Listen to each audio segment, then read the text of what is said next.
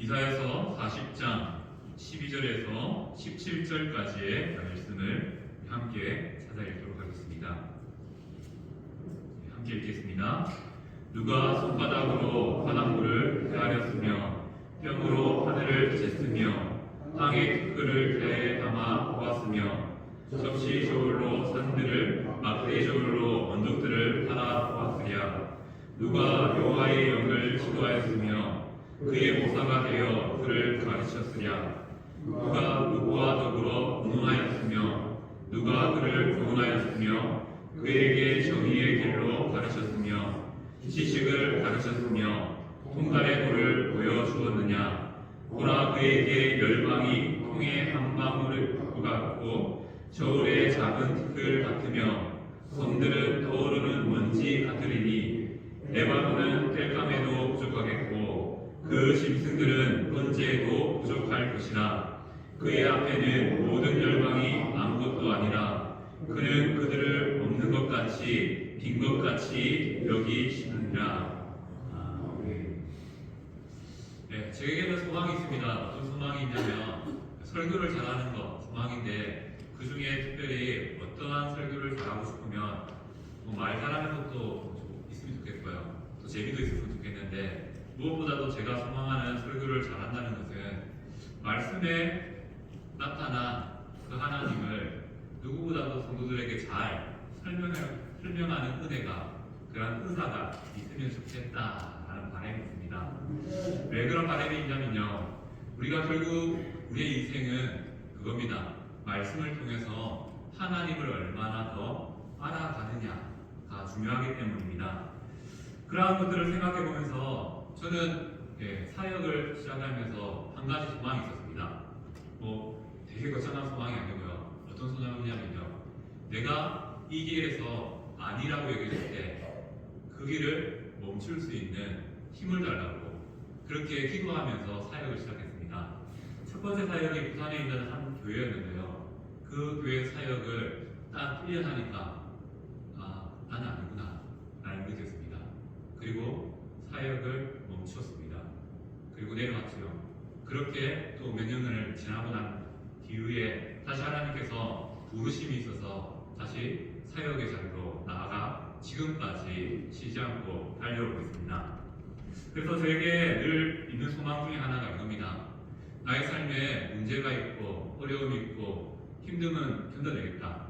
하지만 나의 삶을 통하여서 누군가가 하나님을 보지 못하면 내가 멈출 수 있는 용기가 있으면 좋겠다. 그게 시간이 더 지날수록 그런 용기가 있으면 좋겠다라는 바람이 듭니다.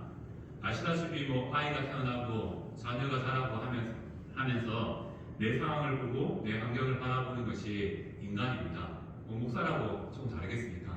목사도 주어진 환경을 바라보면서 그렇게 마음먹기가 참 쉽지 않다라는 것들을 되뇌어봅니다. 그러면서 오늘 말씀을 준비하면서 내가 하나님에 대해서 얼마나 잘 말할 수 있을까라는 질문을 던지니까 과거가 딱 지나오더라고요. 내가 그렇게 소망했던 내용들이 있었는데 라는 생각들을 하게 됩니다. 오늘 이런 말로 시작하는 이유는 이겁니다.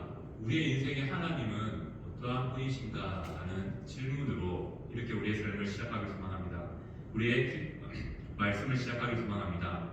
하나님께서는 하나님이 주시는 새 힘을 통해서 우리의 인생이 비상하길, 날아오르기를 원하십니다. 하나님이 주시는 새 힘이 무엇이겠습니까? 결국 하나님을 아는 것이고 나와 하나님과의 관계가 회복될 때 그것이 새 힘이 되어서 우리를 날아오른다, 하나님을 더 사랑하게 만든다는 것을 비상하는 힘이라고 말씀드릴 수 있습니다. 오늘 본문을 통해서 하나님께서 우리에게 주시는 새 힘, 세 번째 새 힘은 무엇일까라는 것들을 고민했을 때 바로 비교할 수 없는 하나님이 우리의 새 힘이 된다라는 요지로 오늘 본문을 함께 살펴보자 합니다. 자, 오늘 본문 12절부터 26절까지의 말씀을 보면 한 가지의 질문이 우리에게 던져집니다. 그 질문은 무엇이냐면 우리의 생각과 기준으로 하나님을 우리는 판단할 수 있느냐? 라는 질문입니다. 성도님들, 성도는 누굽니까? 우리가 가진 지식과 지혜와 경험으로 하나님은 이런 분입니다 라고 설명하고 이해시키는 자가 아니라, 또 하나님은 이런 분이실 것이다 라고 판단하는 자가 아니라, 성도는 어떤 자입니까? 이 말씀에서 말씀하시는 그 하나님을 있는 그대로 믿는 자입니다. 우리에게서 우리가 지혜를 통해서 하나님은 이런 분 저런 분 이렇게 설명하고자 하지만 결국 그것이 한계의 다다름을 보게 됩니다. 성도는 하나님의 말씀에 계시된 그 하나님을 믿는 자입니다. 왜입니까? 인간의 지혜로는 하나님을 온전히 이해할 수 없기 때문에 하나님께서는 이 말씀을 통해서 하나님이 어떠한 분이신지를 우리에게 말씀해 주십니다. 그래서 우리에게 필요한 것은 무엇입니까? 이해하려고 하는 노력도 참 중요합니다. 하지만 그것보다 먼저 선행되어야 될 것은 믿는 마음입니다. 말씀을 있는 그대로, 하나님을 있는 그대로 믿는 믿음이 우리에게 필요하다는 것이죠. 그 믿음에서 하나님이 주시는 놀라운 힘이 시작된다는 것이죠. 자, 오늘 주시는 말씀을 통해서 우리는 하나님을 이해하는 것이 아니라 믿는 자리로 나아가길 소망합니다. 그리고 그 믿음 가운데 주시는 세임, 그리고 변화를 만나게 되는 그러한 이 시간이 되기를 소망합니다. 믿음은 하나님을 아는 것이고요, 안다는 것이 바로 또 믿음이 됩니다. 하나님을 믿는 것은 바로 우리의 힘이 됩니다. 그렇다면 오늘 본문을 통해서 하나님을 아는 것이 우리의 힘인데, 그 하나님을 우리는 어떻게 알 수 있는가, 그리고 하나님은 어떠한 분이시기에 우리가 그 하나님을 알아야 되는가를 함께 살펴보고자 합니다. 우리에게 세임이 되는 하나님은 어떤 분일까요? 오늘 본문을 통해서 말하면 전체적으로는 비교할 수 없는 하나님, 더 구체적으로 설명해 보겠습니다. 자, 하나님은 어떤 분입니까? 우리가 믿어야 될 하나님은 이 세상을 창조하신 하나님이십니다. 믿으십니까? 아멘. 그 하나님은 비교 불가하신 분이죠. 하나님과 무엇을 비교할 수 있다라고 우리는 생각하지만 비교할 대상이 없습니다. 인간의 가진 완악함과 교만이 계속 하나님과 무엇인가를 비교하려고 하죠. 이는 잘못된 생각이라는 것이죠. 하나님을 우리의 지혜와 말로 설명하려고 합니다. 물론 믿지 않는 자들에게, 또 초신자들에게는 이런 부분도 필요하죠. 하지만 하나님은 우리의 지혜로 설명되고 판단되는 것이 아니라 우리는 그 하나님을 있는 그대로 믿는 믿음이 필요하다는 것입니다. 왜 그러냐면요, 우리가 지혜로 설명하려고 하고 하나님을 무엇인가를 말하려고 하면 결국 그 하나님을 우리의 지혜 가운데, 우리의 단어 가운데, 말 가운데 거둬버리는 그런 실수를 범하기 때문입니다. 그래서 오늘 본문 12절 말씀은 이렇게 말하죠. 우리의 지혜가 얼마나 어리석은지를 말씀합니다. 이 자리에 앉아 계신 성도님들, 혹시 비포 바닷가에 나가서 바닷물이 얼마나 되는지 손으로 한번 퍼보셨습니까? 어리석은 일이죠. 어리석은 일이죠. 바닷물이 얼마나 되는가 궁금해서 한 번 보고 두 번 보고 평생 보도 퍼지 못하는 것이 바닷물입니다.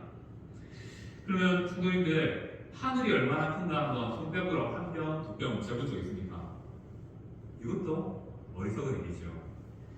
자, 그렇다면 우리가 밟고 있는 이 땅의 흙이 얼마나 되는가 궁금해서 한번 퍼봐서 무게를 알고 그렇게 무게를 한번 달아본 적이 있습니까? 이것도 어리석은 일입니다. 왜 이런 말씀을 드리냐면 우리의 하나님에 대한 이해가 이와 같다는 겁니다. 사천리 지역에 있는 이 와룡산도 우리가 저울로 잴 수 없습니다. 그리고 우리 늘푸른교회가 있는 언덕조차도 우리가 가진 힘으로 무게를 잴 수도 없다는 것이죠.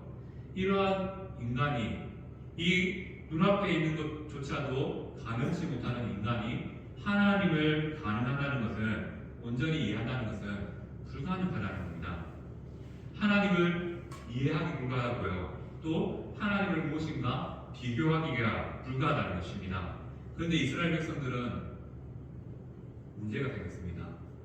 그들이 어느 나라의 포로로 잡혀갔죠? 바벨론의 포로에 잡혀가며 어떠한 오해를 하게 되면 바벨론에 잡혀가서 자신들의 삶이 힘들고 어려우니까 노예로서의 삶을 살아가다 보니까 그런 생각이 듭니다. 우리가 믿는 하나님보다 바벨론이 믿는 우상이 더 커 보이는 겁니다. 이상한 일이죠. 하나님을 도무지 알지 못하니까 눈앞에 보이는 것들을 통해서 바벨론이 믿는 신이 더 커 보인다라고 말합니다. 그렇게 비교를 하기 시작하는 것이 인간의 어리석음이라는 것이죠. 자, 인간의 이러한 비교, 이러한 판단이 얼마나 어리석은지 한번 설명해 보겠습니다. 자, 이 세상을 만드신 분이 누구죠? 하나님이십니다. 이 세상에 우리가 알고 있는 것, 느끼고 있는 것, 보고 있는 것, 만질 수 있는 모든 것들을 만드신 분이 하나님인데 우리가 계속 어떻게 비교하냐면요. 하나님이 만들어 놓으신 걸 가지고 하나님은 이런 분일 것이다 라고 짐작하고 그렇게 살아간다는 것이죠. 이런 어리석음은 우리에게 늘 나타나고 또 우리가 가끔은 교만해지면요. 이 어리석음이 진리라고 생각하면서 하나님은 이렇다라고 우리가 생각하기 쉽다는 것입니다. 당시 이스라엘 주위에 있던 나라들은 신화를 가지고 있죠. 신화. 어떤 신화냐면 이스라엘은 하나님이 세상을 만드셨습니다라는 것을 믿습니다. 하지만 주위에 있는 나라들은 신화가 있습니다. 어떤 여러 신들이 모여서 회의를 해서 이 세상을 만들었다. 그래서 질병의 신, 재물의 신, 이런 식으로 여러 신들이 모여서 이 세상을 아름답게 만들었다라는 그런 신화들이 있습니다. 그런데 오늘 13절, 14절 말씀처럼 세상은 신을 그렇게 설명합니다. 하지만 하나님께는 어떤 좋은 자, 모사도 필요 없습니다. 왜입니까? 하나님이 절대적인 지혜, 절대적인 존재가 되기 때문입니다. 신화의 이야기에 나오는 신은 사람들이 만들어낸 신입니다. 그래서 그들이 모여서 이러한 신들이 모여서 이렇게 세상을 만들었을 것이라고 인간이 가진 지혜로 그 이야기들을 만들어낸 것이죠. 다른 종교의 신들은 하등해서 그들이 신들이 모여서 이 세상을 만들어야 된다라고 말해야 될지 모르겠습니다. 하지만 하나님은 그 신들의 이야기가 만들어지기 전부터 그들을 위해, 그 신들 위에, 또 그 신들 앞에 계신 분입니다. 바로 하나님만이 절대적인 존재라는 것이죠. 그 하나님이 우리 눈에 보이는 이 세상을 만드셨습니다.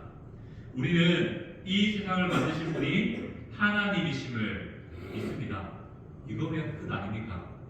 우리가 하나님을 더 오해할 필요가 있겠습니까? 비교 자체가 인간의 교만에서 나온 것이죠. 우리는 이 세상을 만드신 하나님을 있는 그대로 믿어야 된다는 겁니다. 그런데 본문 말씀을 받은 이스라엘에게 나타난 문제가 무엇입니까? 이스라엘은 바벨론의 포로에 잡혀가면서 바벨론을 바라보게 됩니다. 자신들은 노예이고 자신들을 부리는 바벨론을 보니까 왠지 그들이 믿는 신이 더 좋은 신, 힘이 센 신, 그렇게 보인다는 것이죠. 자, 이스라엘의 문제는 이겁니다. 이스라엘의 문제는 무엇이냐면요. 바벨론을 크게 본 것도 문제겠지만 이스라엘 참된 문제는요. 하나님을 하등히 여긴 것, 하나님을 너무 작게 본 것, 이것이 이스라엘의 가장 큰 문제입니다. 하나님을 작게 보니까 어떻게 됩니까? 비교하게 됩니다. 다른 신과 비교하고요. 나의 지혜로 비교하게 됩니다. 부모님들, 우리의 지혜로 하나님을 작게 생각하는 그런 실수를 범하지 않기를 바랍니다. 하나님은 모든 만물 위에 계십니다. 그리고 이 세상을 창조하셨습니다. 이 사실을 있는 그대로 믿으시는 성도 되시기를 소원합니다. 두 번째, 우리가 믿어야 될 하나님은 어떤 분입니까? 바로 우리의 삶의 유일한 안전장치가 되시는 분이 우리가 믿는 하나님이십니다. 18절, 19절 말씀을 보면 이렇게 말씀하시죠. 우상에 대한 그러한 하나님의 말씀을 이스라엘에게 전달하고 있습니다. 자, 인간의 어리석음은 우상을 만들어 놓고 그 우상과 하나님을 비교합니다. 바로 이스라엘 백성들이 바벨론 생활을 통해서 그들이 섬기는 바벨론이 섬기는 우상과 하나님을 재보는 것이죠. 자신의 처지를 보니 하나님보다 바벨론의 신이 더 커 보이는 겁니다. 우리 삶도 마찬가지라고 생각되어집니다. 우리가 하나님을 신뢰하고 살아가지만 가끔은 내 앞에 놓여진 문제 때문에 하나님보다 크게 보이는 것들이 많이 생겨나게 됩니다. 돈의 문제에 잡혀 있으면요, 이 돈이 하나님보다 더 크게 보입니다. 사람의 문제에 잡혀 있으면 이 사람이 하나님보다 더 크게 보이고, 또 나의 바램을 이루어줄 대상이 필요해서 우리는 우리 안에 우상을 만들어내게 된다는 겁니다. 과거에 만들어졌던 많은 우상들은 무엇입니까? 내게 물질의 풍요를 주길 바라면서 형상을 만들게 됩니다. 그리고 이것이 나의 신이고 나의 소망을 이루어줄 대상이다라고 바라면서 나의 바램을 이루어줄 신, 바로 우상들이 우리의 삶에 만들어지기 시작되었습니다. 그래서 완악한 인간이 이러한 자신의 소원을 이루어줄 우상을 형상화하기 시작했습니다. 그 우상에는 자신의 바램, 자신의 소망을 투영해버리죠. 그래서 우상이 한 종류만 있는 게 아니라 여러 가지의 모습으로 나타나는 이유가 무엇이겠습니까? 바로 자신이 가진 그 바램을 그 형상에 담는 겁니다. 풍요를 원하는 신은 풍요를 상징하는, 또 자녀를 원하는 그런 사람들은 자녀에 대한 그러한 바램을 담아서 신을 만들어내게 되었다는 것이죠. 그렇게 우상이 우리에게 만들어졌습니다. 하나님과 우상, 비교가 됩니까? 우상은 우리가 알다시피 하나님이 만드신 피조세계의 물건으로 만들어졌습니다. 이미 모든 것들을 만드신 분이 하나님이신데, 그 하나님이 만드신 것들을 가지고 인간의 완악함이 우상을 만들어냈습니다. 그리고 그 우상에게 하나님보다 더 높은 칭호를, 관심을, 사랑을 보이는 어리석음이 나타나게 됩니다. 어리석지 않습니까? 하나님 만드신 것으로 하나님을 섬기는 것이 아니라 하나님이 아닌 다른 신을 만들어 섬기는 것, 이것보다 더 웃긴 이야기가 있겠습니까? 우상 숭배가 이러한 논리로 보면 얼마나 허망한지 생각해 보게 됩니다. 그리고 이러한 우상이 얼마나 허망한지 20절 말씀은 말씀하고 있죠. 우상은 어리석은 자들의 지혜로 만들어졌습니다. 그리고 우상은 우리가 알다시피 스스로 존재합니까? 사람의 손이 필요합니다. 그 형상이 만들어지려면 사람의 손이 필요한 존재가 우상입니다. 근데 그 우상에 자기를 있게 만들지도 못하는 그 우상을 섬기는 사람들만큼 어리석은 자가 없다는 것이죠. 얼마나 어리석습니까? 자신이 만들어 놓고 그것을 신이라고 만들어버린다는 것이죠. 그리고 우리가 알다시피 그 만들어진 우상의 형상이 스스로 서 있을 수 있습니까? 사람이 서 있을 수 있도록 붙잡아줘야 되고 잡아줘야 됩니다. 자기의 존재조차도 흔들리는 바람 앞에 넘어지게 만드는 그 우상이, 사람의 힘없이는 도저히 설 수 없는 그 우상을 섬긴다는 것, 이것만큼 어리석은 일이 없다는 것이죠. 그런데 문제는요, 우리의 어리석은 마음은요, 우리의 바램과 필요를 투영해서 조잡한 물건들을 만들어냅니다. 그리고 그것을 자신의 안전장치로 여긴다는 것이죠. 믿는다는 것이죠. 자, 나를 사고로부터 지켜줄 신을 구하기 때문에 많은 사람들은 차를 사놓고 고사를 지르죠. 그 고사를 지르면 이 차가 사고 나지 않을 것 같고, 또 가끔은 기독교인 중에도 미신적으로 십자가 걸어놓으면 차에 사고 나지 않을 것 같다. 물론 우리 교회 성도분들은 나는 예수님 믿는 사람이다, 그래서 질서도 잘 지키고 바른 모습으로 운전하겠다라는 바램으로 달아놓겠지만, 또 어떤 사람들은 그렇더라고요. 십자가를 달아놓으면 왠지 사고가 나를 피해갈 것 같고, 그런 식으로 안전장치를 만들어 놓는 경우가 많습니다. 혹시 모를 사고를 대비해준다라는 믿음을 가지고 만들어 놓는 것이 바로 우상, 우리의 부족한 안전장치라는 것이죠. 그것이 왠지 나의 미래를 책임져 줄 것 같다. 그리고 또 그 안전장치가 눈에 보이니까 또 안심을 주는 것도 분명히 있긴 있습니다. 하지만 우리가 분명히 기억해야 될 것은 이러한 모든 우상은 헛된 가짜 안전장치라는 겁니다. 우리를 지켜줄 것 같다라고 여기지만 결코 우리의 삶을 지켜주지 못한다는 것이죠. 우상은 절대 우리의 삶을 책임져 주지 못합니다. 그리고 그 우상은 형상이 있는 것만을 말하지 않습니다. 우리의 생각도 우상이 될 수 있습니다. 우리의 마음도 우상이 될 수 있습니다. 내 삶의 우선순위도 우상이 될 수 있습니다. 그것들이 우리의 인생을 지켜주는 안전장치가 될 것 같다라고 생각하지만 아니라는 것이죠. 우리의 인생을 지켜줄 유일한 안전장치는 누구요? 이 세상을 만드신 하나님밖에 없다는 것입니다. 이 사실을 믿으시기 바랍니다. 하나님만이 우리를 구원할 수 있는, 우리를 지켜줄 수 있는 유일한 안전장치가 되십니다. 세 번째 우리가 기억해야 될 것은 오늘 본문은 또 뒤쪽으로 가면 우리가 믿는 하나님은 어떤 분이신가? 이 세상을 만드셨을 뿐만 아니라 우상과 비교되지 않는 뿐만 아니라 우리가 믿는 하나님은 세상을 통치하시는 분이시다라고 말씀하고 있습니다.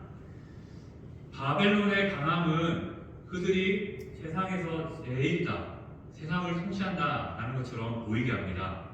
하지만 이 세상을 정말로 통치하시는 분은 하나님이십니다. 오늘 말씀의 고백처럼 하나님 앞에 열방은 먼지와 같습니다.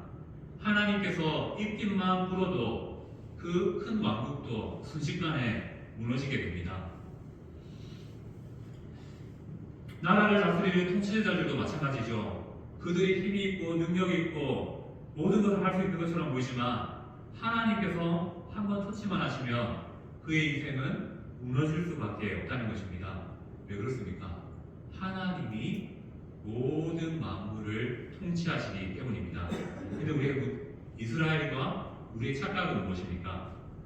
사람이 우리를 다스린다라고 생각합니다. 우리 대한민국을 생각하면 대통령이 있으니 그 대통령이 우리를 통치한다라고 생각하죠. 눈에 보이는 그 대통령이 우리에게 좋은 것을 줄 것이다, 안전을 줄 것이다 라고 생각합니다.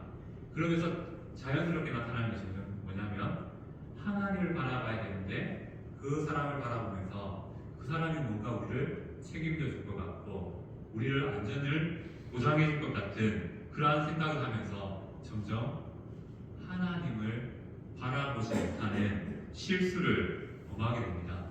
더 나아가서 인간이 가진 연약함은 무엇입니까? 내가 이 세상을 다스릴 수 있다라고 착각하게 만듭니다. 가정에서 내가 주인 되어서 내 가족들을 내가 마음대로 할 수 있다. 내가 공동체에서 주인 되어서 이 공동체를 이끌 수 있다. 인간의 교만은 남들을 위해 서서 그들을 다스리려고 하는 그러한 마음들이 많습니다.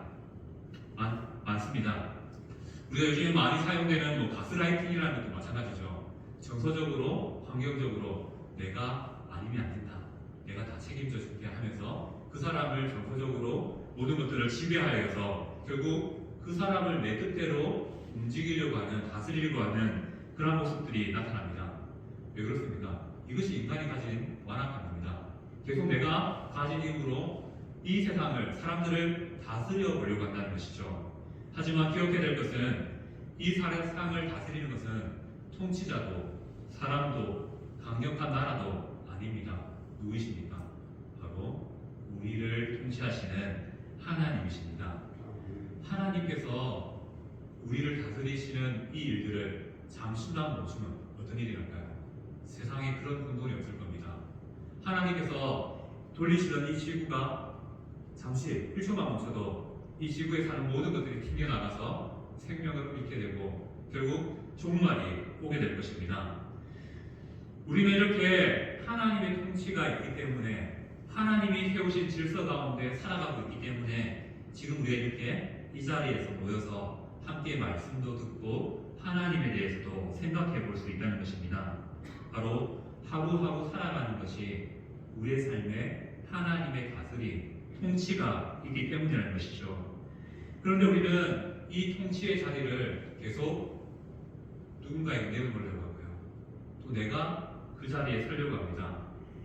하나님의 자리를 계속 빼앗으려고 한다는 것이죠. 이러한 우리에게 오늘 말씀은 이 세상을 통치하는 것은 바벨론의 강함, 바벨론의 벨사살 왕이 아니라 바로 하나님이시다라는 사실을 말씀하고 있습니다. 자, 오늘 말씀 한번 정리해 볼까요? 하나님은 비교 대상이 없습니다. 비교 불가합니다. 비교하려는 것은 결국 인간이 가진 어리석음이죠. 그래서 다른 사람들, 종교 사람들을 말합니다. 교회에 다닌 하나님은 참 못된 것 같다 라고 말합니다. 왜? 다른 종교에는 구원이 없다라고 말하니까. 그런데 그것은 하나님에 대해서 온전히 알지 못하기 때문인 것이죠. 하나님이 이 모든 것들을 만드셨는데 다른 신과 다른 종교와 기독교라 또 하나님을 비교한다는 것 자체가 어리석은 일입니다. 그리고 하나님께서 만드신 것들로 하나님을 또 평가하는 것, 비교하는 것도 어리석은 일이라는 것이죠. 그리고 하나님께서 이 세상을 통치하시는데 그 통치를 누군가에게 내가 가지려고 하는 것, 그것도 어리석음이라는 것입니다. 오늘 우리가 기억해야 될 것은 이겁니다. 우리가 믿는 하나님은 어떠한 분이십니까? 오늘 말씀에서 말씀하시는 핵심은 간단합니다. 이 세상을 만드시고 이 세상을 통치하시는 하나님이십니다. 그 하나님이 올 한 해 우리의 새 힘이 되기를 간절히 소망합니다.